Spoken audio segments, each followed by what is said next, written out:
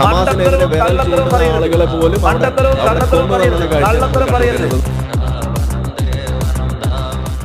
നിങ്ങൾ പറയുന്ന തുരങ്കമുണ്ട്, ജനങ്ങൾ താമസിക്കുന്ന ഹോസ്പിറ്റലിന്റെയോ അല്ലെങ്കിൽ അപ്പാർട്ട്മെന്റ് ബിൽഡിങ്ങിന്റെ താഴെ തുരങ്കം ഉണ്ടാക്കിയിട്ട് ഒളിപ്പിക്കുന്നതിനെ കുറിച്ചാണോ നിങ്ങൾ ഒളിപ്പിക്കുന്നതെന്ന് പറയുന്നത്? ഇത് എന്ത് ന്യായമാണെന്ന് എനിക്ക് ചോദിക്കാം.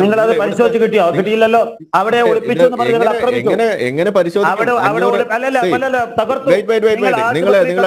നിങ്ങൾ ഇടപെടരുത്. ഞാൻ പറഞ്ഞു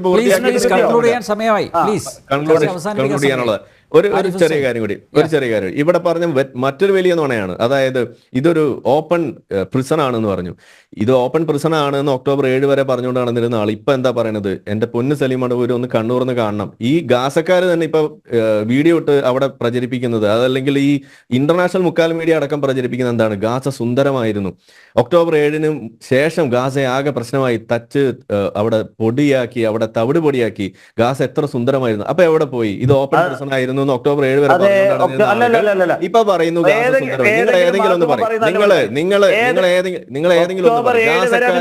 ഗാസക്കാര് പറഞ്ഞ കാര്യമാണ് ഞാൻ പറയുന്നത്. ഗാസക്കാര് പറഞ്ഞ കാര്യമാണ് ഞാൻ പറയുന്നത്. അപ്പൊ ഇതുപോലെ ഇരട്ടത്താപ്പ് ഞരമ്പിലൂടെ കൊണ്ടു നടക്കുന്ന നിങ്ങളെ പോലെയുള്ള ആളുകൾ, ഇതുപോലെയുള്ള തീവ്രവാദികളെ പോലും വെളുപ്പിക്കാൻ വേണ്ടി വരുന്ന ഈ പ്രവണത കൈയോടെ പിടികൂടും.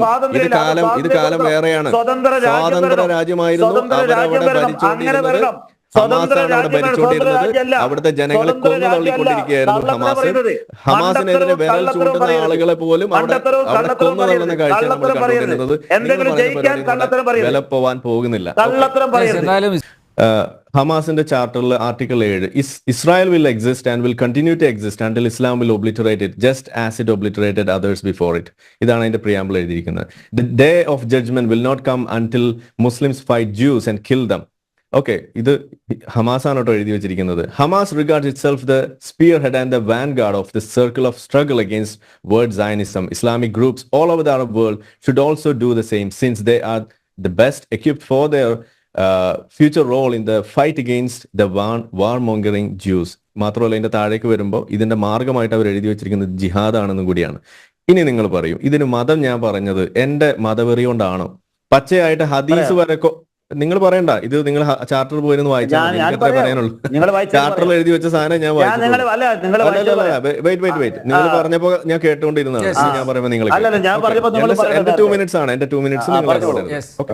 അപ്പൊ ഇതില് കൃത്യമായിട്ട് ഇസ്ലാമിലെ ഹദീസ് വരെ കോട്ട് ചെയ്തുകൊണ്ട് ജൂതന്മാർ അവസാനത്തെ ജൂതനെയും ഇവിടെ കൊന്നു തീർക്കുന്നത് വരെ ലോകാവസാനം ഉണ്ടാകില്ല എന്ന ഈ വാറോല ഹദീസിൽ എഴുതി വെച്ചു. നിങ്ങൾ തന്നെ വായിച്ചു ഹമാസ്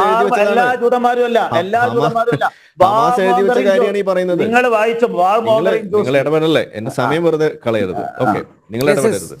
ഓക്കെ, അപ്പൊ ഇവിടെ പറഞ്ഞു വെക്കുന്നത് ഈ ജൂതന്മാരായിട്ടുള്ള ആളുകൾ അവസാനത്തെ ജൂതനെയും കൊന്നു തള്ളണമെന്ന് ഇസ്ലാം എഴുതി വെച്ചിരിക്കുന്നത്. അതേപോലെ ഹദീസ് അതേപോലെ കോട്ട് ചെയ്തിട്ടാണ് ഹമാസിന്റെ ചാർട്ടറോട് എഴുതി വെച്ചിരിക്കുന്നത്. ഇതാണ് ഇസ്ലാമിനെ നമ്മൾ ഇവിടത്തേക്ക് കൊണ്ടുവരുന്നതിന്റെ പ്രധാന കാരണം. ഇനി 2, നിങ്ങൾ പറഞ്ഞല്ലോ ഇതുപോലെയുള്ള സാധനങ്ങൾ ഇസ്രായേൽ അത് ചെയ്തു ഇത് ചെയ്തു.